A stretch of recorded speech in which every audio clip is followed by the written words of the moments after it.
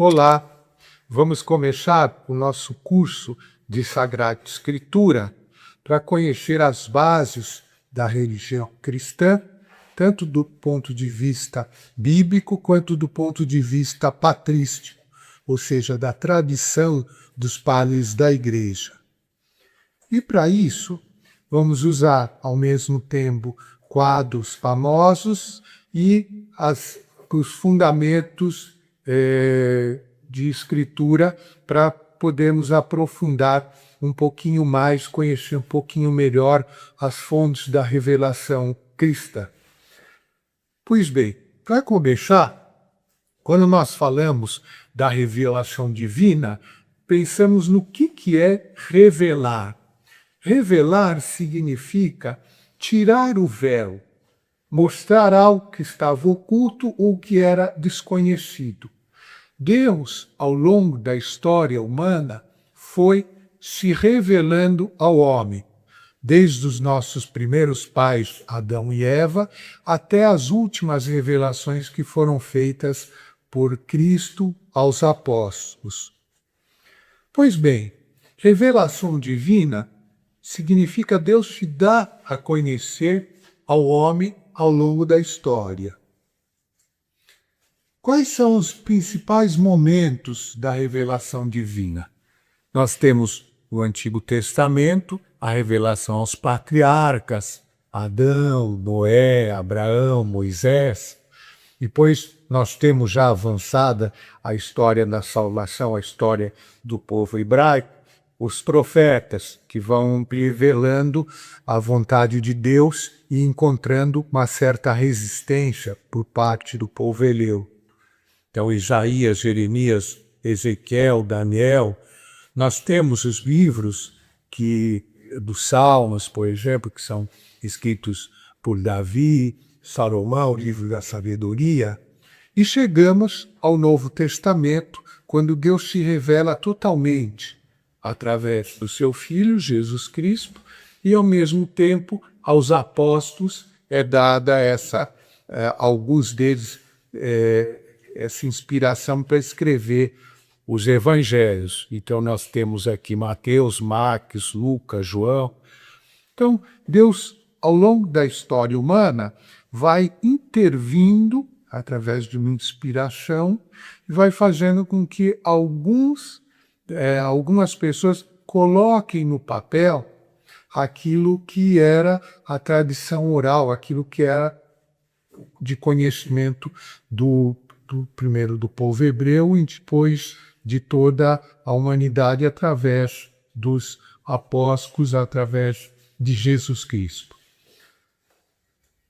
Pois bem, nós também temos as chamadas revelações privadas, ou seja, pessoas concretas recebem algumas revelações. Nós temos aí os pastorzinhos em Fátima, Santa Bernadette de Subiru, em Lourdes.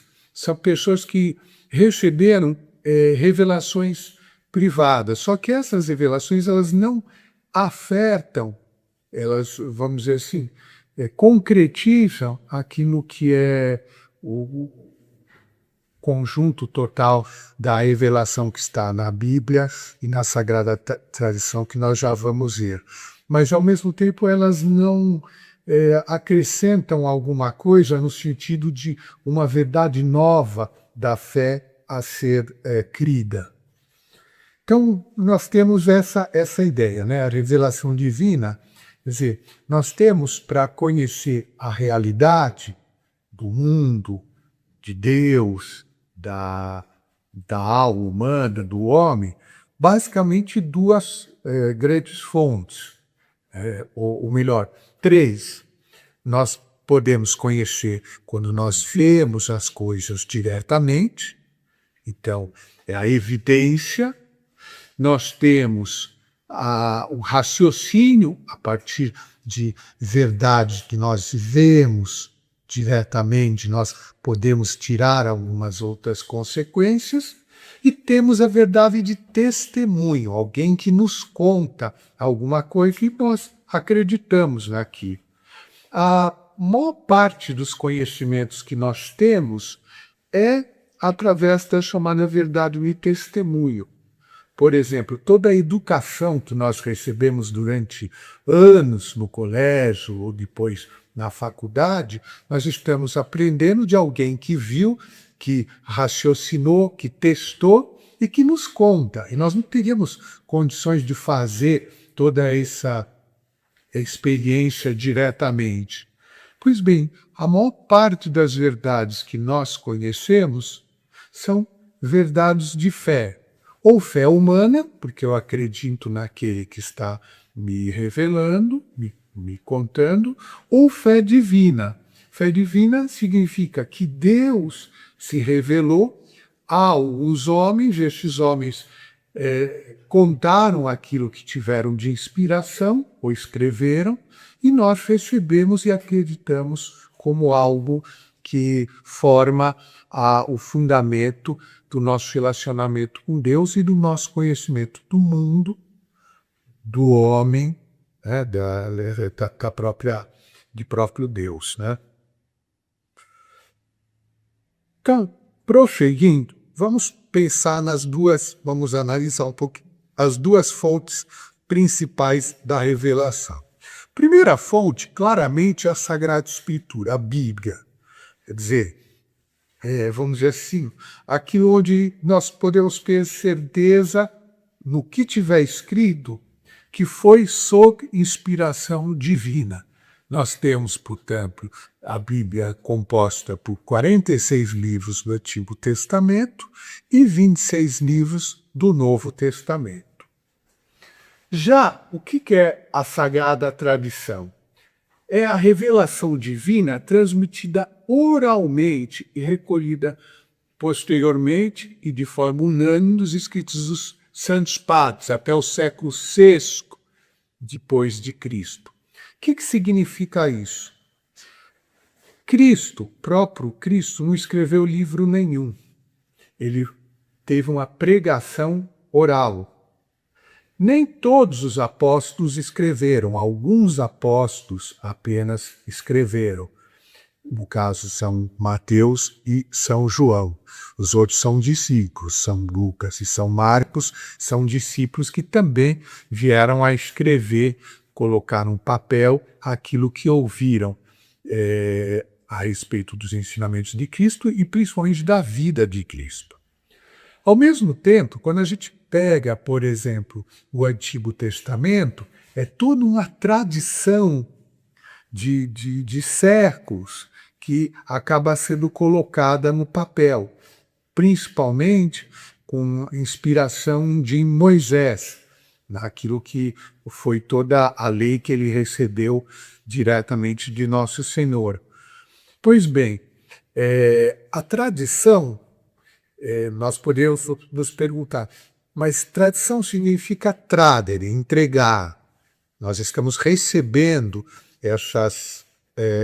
esses ensinamentos, essa cosmovisão, essa história do mundo, só que sobre o prisma da visão de Deus. Pois bem, tudo isso que vai sendo transmitido oralmente, num determinado momento foi colocado no papel. Quando nós falamos que a Sagrada Tradição está fundamentalmente apoiada nos padres da Igreja, ou seja, os primeiros escritores eclesiásticos que escreveram até o século VI, por exemplo, nós temos os dois principais fontes da tradição, a tradição grega e a tradição latina, os padres gregos e os padres latinos. O último padre considerado padre da igreja latina é Santo Agostinho. E o último dos padres gregos é São João Damasceno. Nós começamos a ver, portanto, aqui os primeiros padres são Policarpo de Esmirna, São Irineu de Lyon, São Justino, que vão colocando no papel aquilo que era transforal, aquilo que eles receberam dos apóstolos, depois era a fé comum do povo cristão, vai sendo colocado no papel. Então, o que faz com que nós tenhamos como verdade de fé algo que faz parte da tradição? Quando essa verdade ela consta nos escritos de vários destes primeiros escritores eclesiásticos dos padres da Igreja. Então, quando ela é unanimemente registrada, ao mesmo tempo tem essa característica da antiguidade até o século VI, depois a santidade de vida desses primeiros escritores eclesiásticos e a sua ortodoxia. O que se vê, portanto? Quando preenche essas 4 características, nós podemos dizer: essa verdade era crida pelo povo de Deus, como ensinada pelos apóstolos, como ensinada por Jesus Cristo, apesar de não estar explicitamente nos escritos do Novo Testamento. Por exemplo, quando nós formos ver algumas verdades da fé de fé, como a Assunção de Nossa Senhora, como a Imaculada Conceição, são verdades que podem não estar explícitas na Bíblia, estão, vamos dizer assim, encoadas na Bíblia, mas explícitas em alguns padres da Igreja, da forma como eles narraram, escreveram aqui que se conhecia da vida de Nossa Senhora. Pois bem, quem interpreta essas 2 fontes da revelação, são a Sagrada Escritura e a Sagrada Tradição? É o magistério da Igreja. Eu coloquei aqui uma analogia para nós entendermos melhor o que significa o magistério da Igreja. Ele é composto pelo Papa e pelos bispos unidos ao Papa nos concílios. Então, o que significa? Que, da mesma forma que a Constituição, ela, vamos dizer assim, precisa ser interpretada para se aplicar a cada questão concreta, a cada caso concreto, ou ao longo do tempo, as condições socioeconômicas, as condições políticas, a modernidade, os novos desenvolvimentos tecnológicos, eles exigem uma interpretação da Constituição, que foi escrita num determinado tempo, para tempos mais modernos, em que você tem circunstâncias diferentes daquelas em que a Constituição foi escrita. Portanto, o Supremo Tribunal Federal garante o quê? A uniformidade da jurisprudência. Ele garante que, em vez de cada juiz interpretar a seu modo, cada tribunal interpretar a seu modo, quando a questão chega no Supremo Tribunal Federal, o Supremo Tribunal Federal dá a última palavra. Tanto é assim que se usa uma expressão que vem, né, da área eclesiástica, mas que muitas vezes é usada até na esfera judiciária, que é Roma locuta, causa finita. Se Roma falou, não se discute mais. E é o que acontece com o magistério da Igreja. Todas as dúvidas que foram surgindo ao longo dos séculos, por exemplo, no começo do cristianismo, nós temos o surgimento das heresias que vão aparecendo ao longo dos séculos, que são interpretações distorcidas da Bíblia, interpretações distorcidas da tradição, e fazem com que a Igreja tenha que se reunir, o Papa convoca um concílio e discutem essa matéria. Pois bem, os primeiros concílios que nós tivemos na Igreja, concílios ecumênicos, né? O primeiríssimo concílio de Jerusalém, depois tivemos o concílio de Nicéia, Concílio de Constantinopla, Concílio de Éfeso, esses aqui já no século IV, no século V. Pois bem, nesses concílios, tudo que dizia respeito a heresias quanto à Santíssima Trindade e quanto à encarnação, a pessoa do Verbo Divino de Jesus Cristo, quem era Jesus Cristo, todas essas questões acabaram sendo dirimidas nestes concílios. Por exemplo, o arianismo dizia que Jesus Cristo não era Deus. Então ficou claro que Jesus Cristo é perfeito Deus, perfeito homem. Depois, as heresias que diziam que Nossa Senhora não era mãe de Deus, mas só mãe de Jesus Cristo. No Concílio de Éfeso ficou esclarecido essa unidade na pessoa de Cristo da natureza divina com a natureza humana. Então, com isso, se Nossa Senhora era mãe de Cristo, né, da natureza humana de Cristo, então, como só existia uma pessoa de Cristo que é, ao mesmo tempo, Deus e homem, então ela poderia ser chamada de mãe de Deus. As nossas mães não são mães só do nosso corpo, são mães de nós como um todo. E assim por diante. Pois bem, a gente vê a importância do magistério da Igreja, principalmente por contraste, quando nós pensamos na proliferação de denominações protestantes, de seitas protestantes, de confissões evangélicas.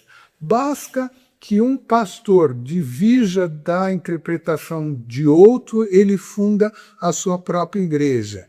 Por quê? Porque o cisma protestante se deu exatamente uma das bases principais desse cisma foi que toda a revelação só estaria na Sagrada Escritura, então desprezaram a tradição, e não admitem uma magistério da Igreja.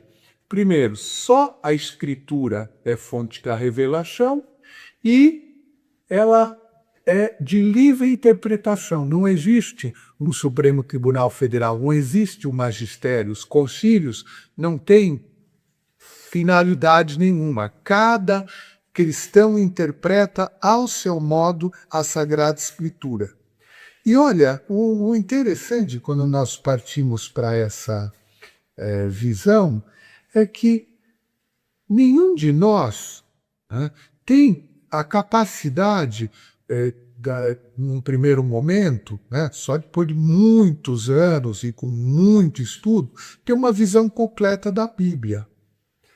Uma das coisas que é fundamental quando a gente pensa no magistério da Igreja é a interpretação sistemática, é ver a Bíblia no seu todo. Nós vamos ver os vários sentidos que a Bíblia tem, os escritos bíblicos têm, e nós vamos ver como podemos entender, por exemplo, melhor o Antigo Testamento à luz do Novo Testamento.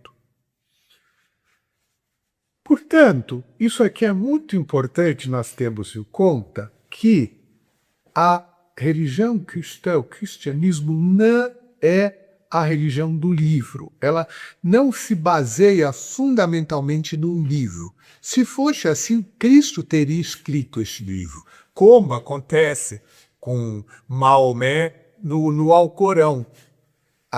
O islamismo é a religião do livro. O que está no Alcorão é o resumo da verdade revelada segundo os muçulmanos. Tanto é assim que é interessante nós vermos os países muçulmanos, os países islâmicos, eles tendem, do ponto de vista jurídico, a ser países confessionais, ou seja, igreja e Estado estão unidas. E quando nós estudamos, por exemplo, o sistema jurídico ou judicial, a Constituição do Irã, antigamente a do Iraque, O Alcorão está acima da Constituição. Então, se alguma norma da Constituição tiver confrontando o Alcorão, que vale, a última palavra é do Alcorão. Pois bem, prosseguindo, vamos pensar agora especificamente na Sagrada Escritura, que é o que nós vamos focar aqui nesse rápido curso introdutório à Sagrada Escritura. Vamos pensar nos autores da Bíblia, né? O principal autor é Deus, ou seja, a Bíblia é palavra revelada de Deus ao homem. Agora, nos autores secundários, ou seja, aqueles que receberam inspiração, são aqueles que, ao longo dos séculos, foram colocando no papel, por inspiração divina, aquilo que Deus queria que o homem tivesse em consideração em relação a uma cosmovisão, uma visão do mundo, em relação a o que o homem é e o que Deus é. Então nós temos Moisés, né, o principal autor do Antigo Testamento, o Pentateuco, que é o conjunto dos 5 primeiros livros da Bíblia. Então, esses são atributos a Moisés. Agora, não é que necessariamente Moisés escreveu esses livros. A tradição oral foi sendo redigida, foi sendo colocada no papel naquilo que hoje nós reconhecemos com os estudos bíblicos, em termos de história, né, a crítica do texto, chamadas fontes javeístas, onde aparece muito Deus sob o nome de Javé, as fontes velonistas, partes do Pentateuco em que Deus é tratado como Elohim, e os deuteronomistas e sacerdotal das suas fontes. São 4, basicamente, fontes que vão pegando pelo nome, tem um tipo de redação um pouquinho diferente dos números. Os números têm diferente do Êxodo, o Êxodo diferente do Levítico ou do Gênesis. Então, vai se vendo que cada um desses escritos, que os textos, vamos dizer assim, propriamente ditos, a compilação perfeita foi posterior a Moisés. Mas não deixa de ser atribuído a Moisés o livro, né, o Pentateuco. Fazendo uma comparação, nós sabemos que a Ilíada e a Odisseia têm como autor Homero, mas o que se tem como certo, mas mais provável, não foi o Homero que escreveu necessariamente daquela forma. O Homero seria esse poeta que resumiu,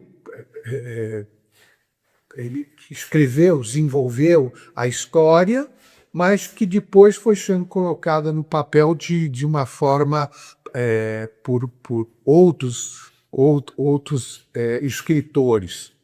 É interessante a gente ver também, por exemplo, quando nós lemos algumas das cartas de São Paulo, a gente vê que é um amanuense, alguém que escreve não necessariamente São Paulo, tanto que numa das suas cartas ele diz assim: agora sou eu que estou assinando, Paulo.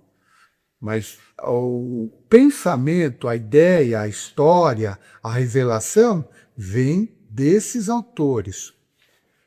Mesma coisa, Davi, Salomão, os profetas, evangelistas, São Pedro, São Paulo, são todos aqueles que receberam a inspiração e colocaram no papel.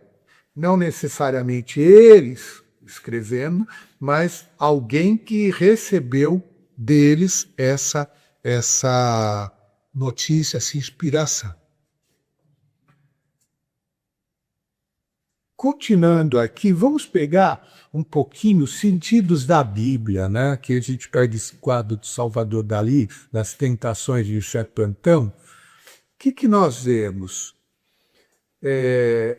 Há um sentido literal da Bíblia, como de qualquer texto jurídico. É interessante a gente fazer a comparação entre textos jurídicos e textos bíblicos ou textos religiosos, que são sempre preceptivos. São textos que nós temos que interpretar, por quê? Porque eles dizem o que nós devemos fazer, como nós devemos nos comportar, como é que é o mundo em termos de estrutura para que nós possamos viver nele. Então, todo texto religioso, texto jurídico, tem um sentido, primeiro dos sentidos, a primeira das exegeses, é a exegese literal, que o texto está dizendo, o que ele está descrevendo, né? Então, todos os outros estilos, né, ou gêneros literários, têm que ser interpretados, em primeiro lugar, de forma literal. Então, se está narrando história, é história. Se é um hino, se é uma poesia, se é uma genealogia, se é uma parábola, quer dizer, a parábola é diferente, não aconteceu. Há pessoas que, às vezes, quando vão falar do Evangelho, então aconteceu isso com essa pessoa e tá tirando aquilo que é uma parábola e transformando como se tivesse acontecido. Todos nós sabemos, né, que o rico Epulão e o pobre Lázaro é uma parábola, não é? Cristo conta, né, uma história para frisar o quê? Um ensinamento moral. Depois, o sentido espiritual é aquele que vai além do texto, além da história, transcende a história, a poesia, e traz embutido basicamente três. O sentido espiritual ele é desdobrado em três. O sentido alegórico ou tipológico é muito interessante, por quê? Porque pelo sentido alegórico, nós conseguimos ver no Antigo Testamento símbolos, imagens do Novo Testamento. Por exemplo, aqui claramente o sacrifício de Abraão, né, o sacrifício do Cordeiro Pascal, são símbolos do sacrifício de Cristo na cruz. É bonito a nós imaginarmos, comparando, né, o sacrifício de Abraão. Deus pede para que ele sacrifique o seu único filho, o Isaac. E ele entrega o Isaac. E sobe no monte, e na hora que vai sacrificar, Deus, um anjo segura a mão dele, diz, olha, eu só queria saber se você lhe amava mais do que a tudo, aquilo que você mais queria que era o teu filho. Então é suspenso o sacrifício. Na cruz, Nossa Senhora não teve essa última escapada de tirar, não, já com a flagelação, ou já foi suficiente, ou com a condenação, com a humilhação. Quer dizer, mostra como, no caso de Cristo, o sacrifício foi o holocausto, até a última gota de sangue.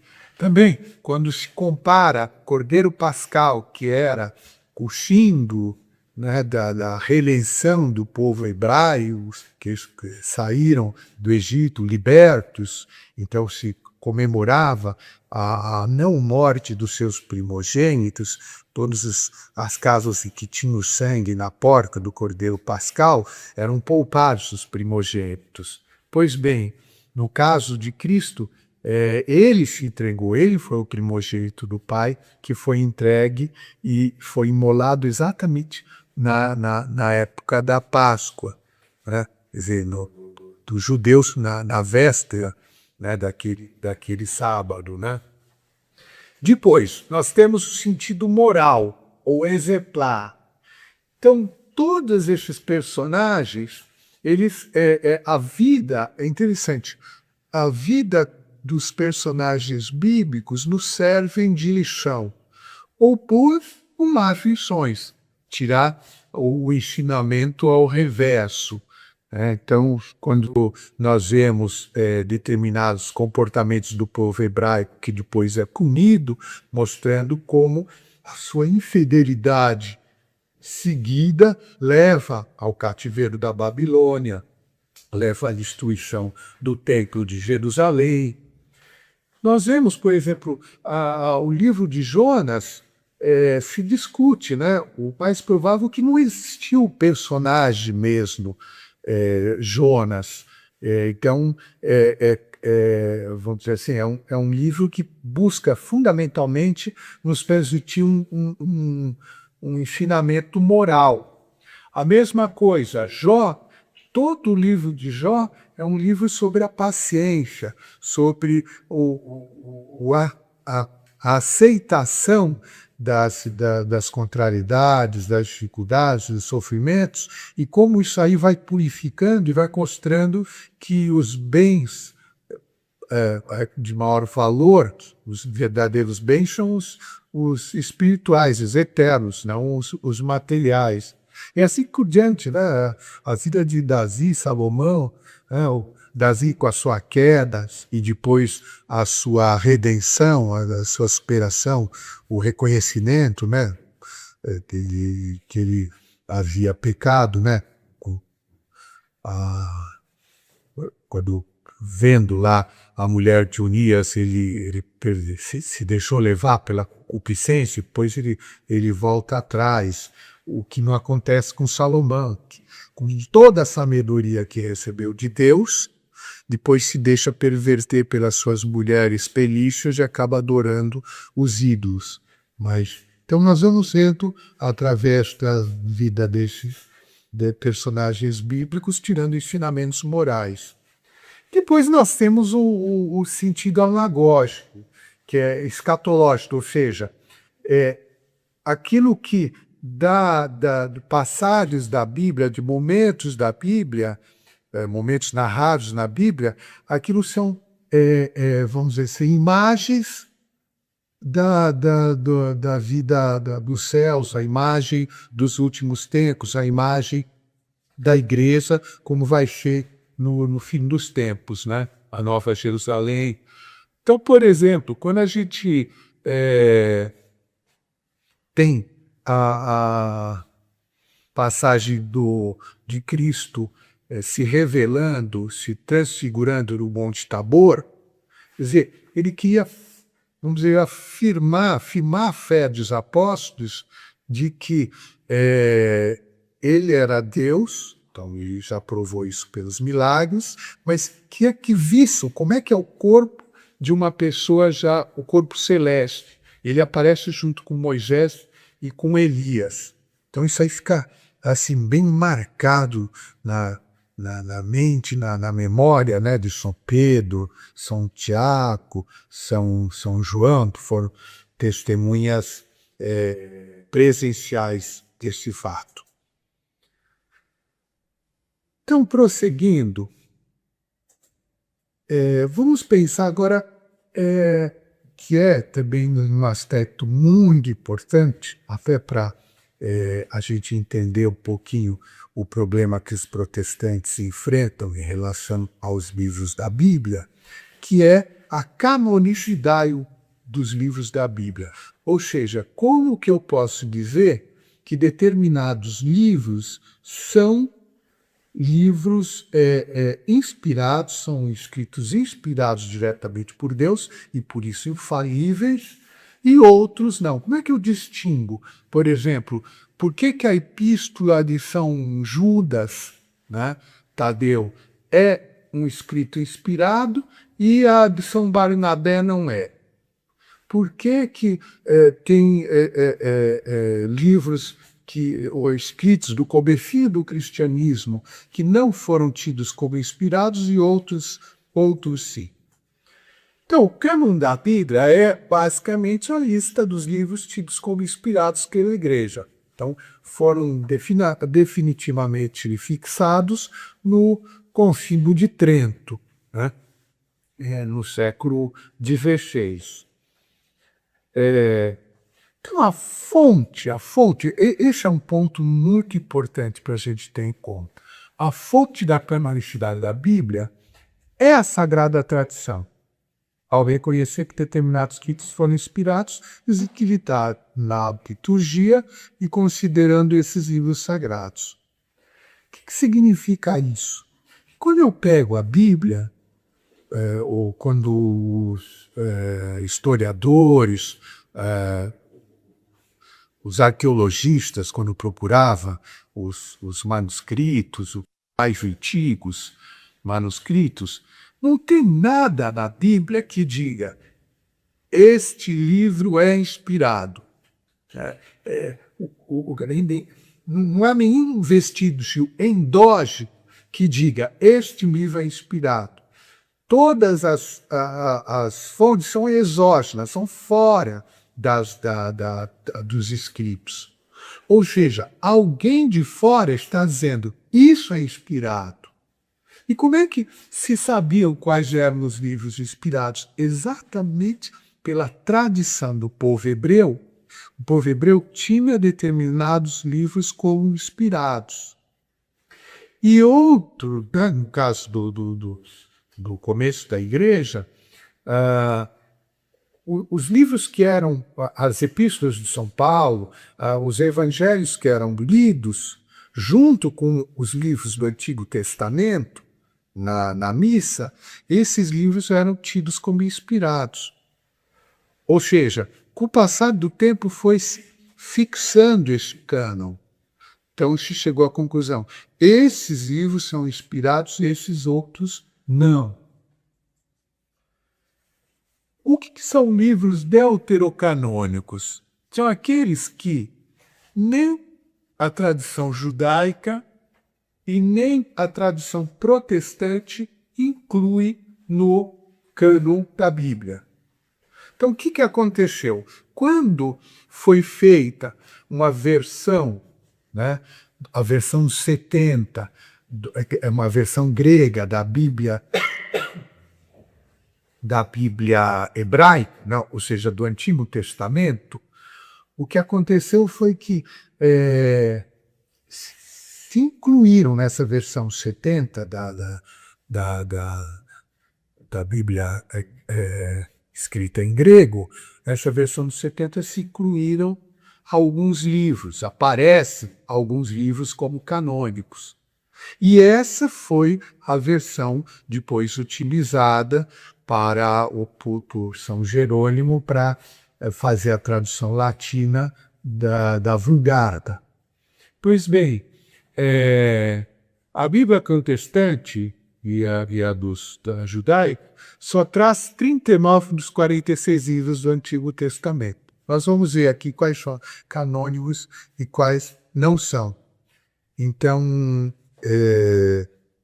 isso faz com que a Bíblia católica ela tenha um número maior de livros que a Bíblia protestante, ou as Bíblias evangélicas.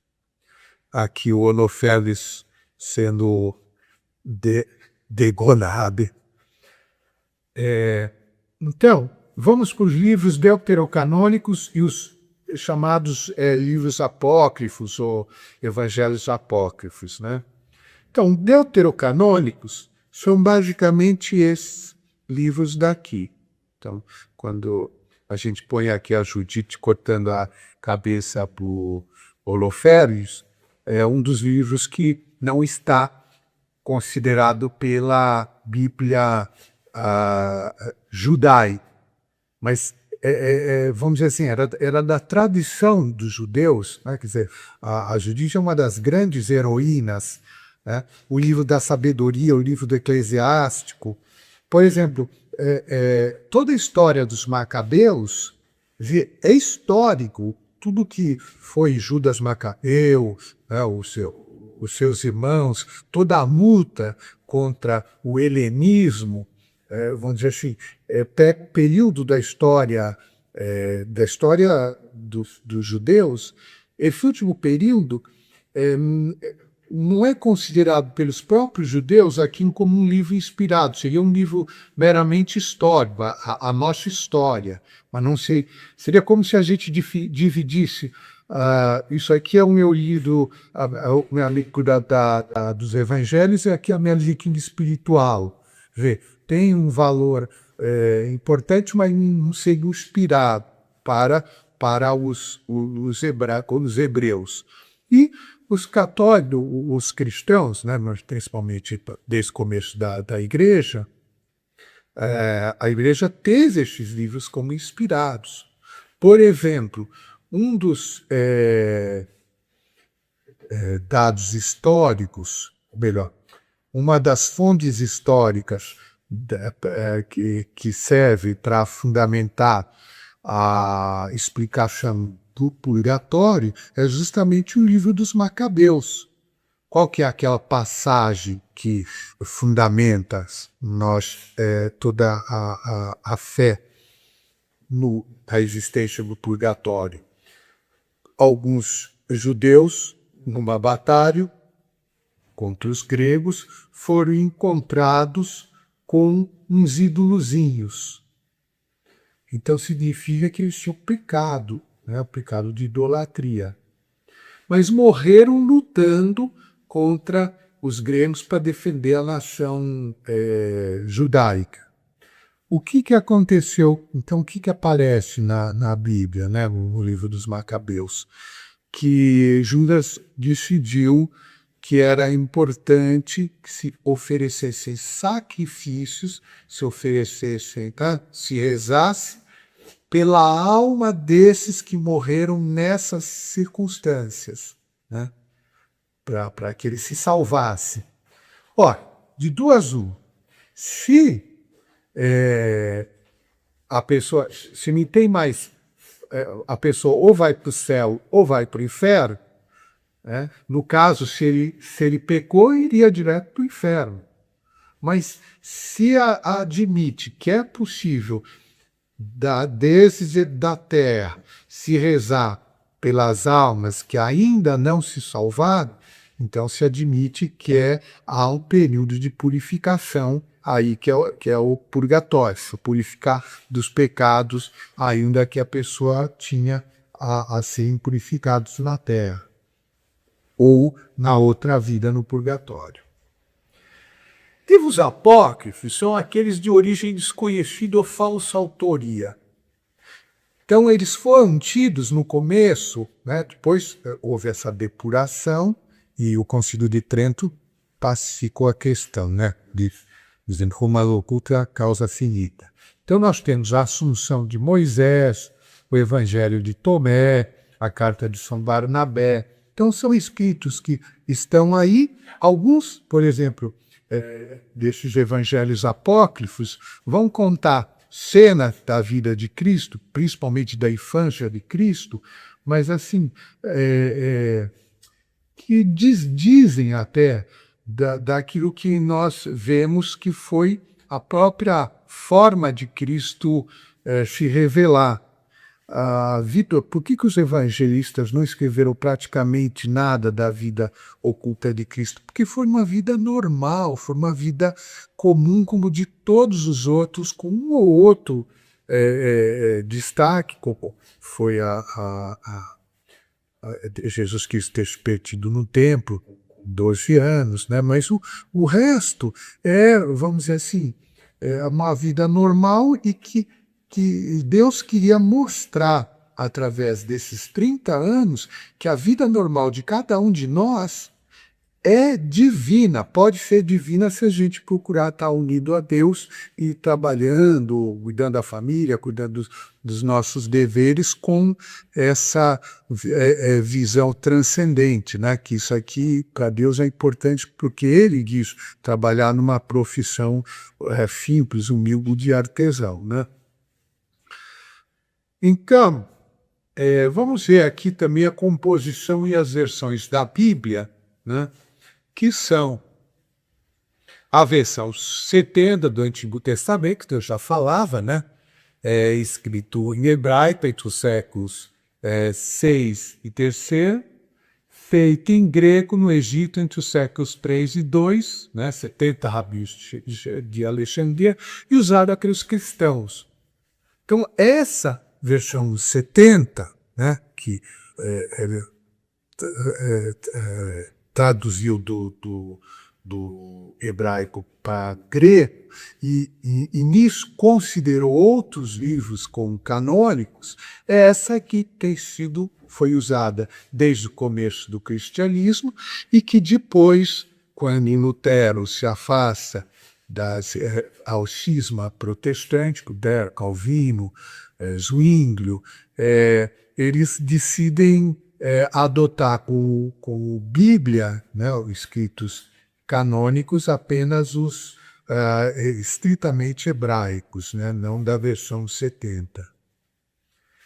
Então, Vulgata é a tradução. Então, aqui nós temos a versão 70, traduzido do hebraico para o grego, e a Vulgata traduz para o Antigo e o Novo Testamento do grego para o latim.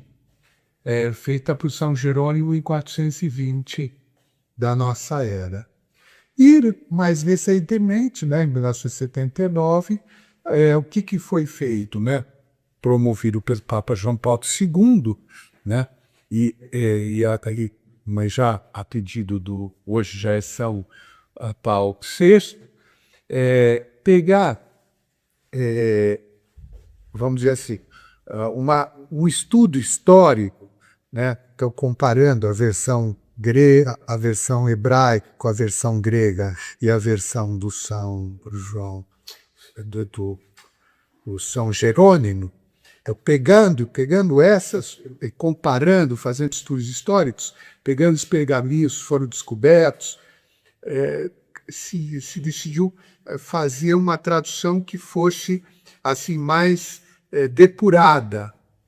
Então, hoje a Bíblia em latim que nós temos que é usada atualmente na liturgia,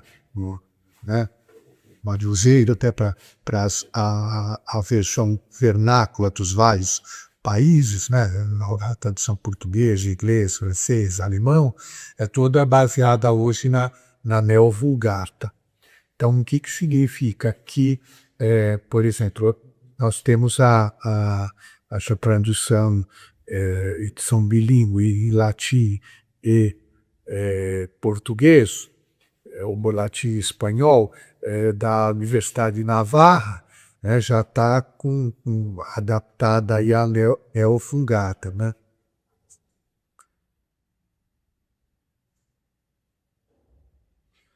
Aqui, coitado, os livros. Então, nós vamos dar uma interrompida. Essa primeira aula foi uma introdução geral à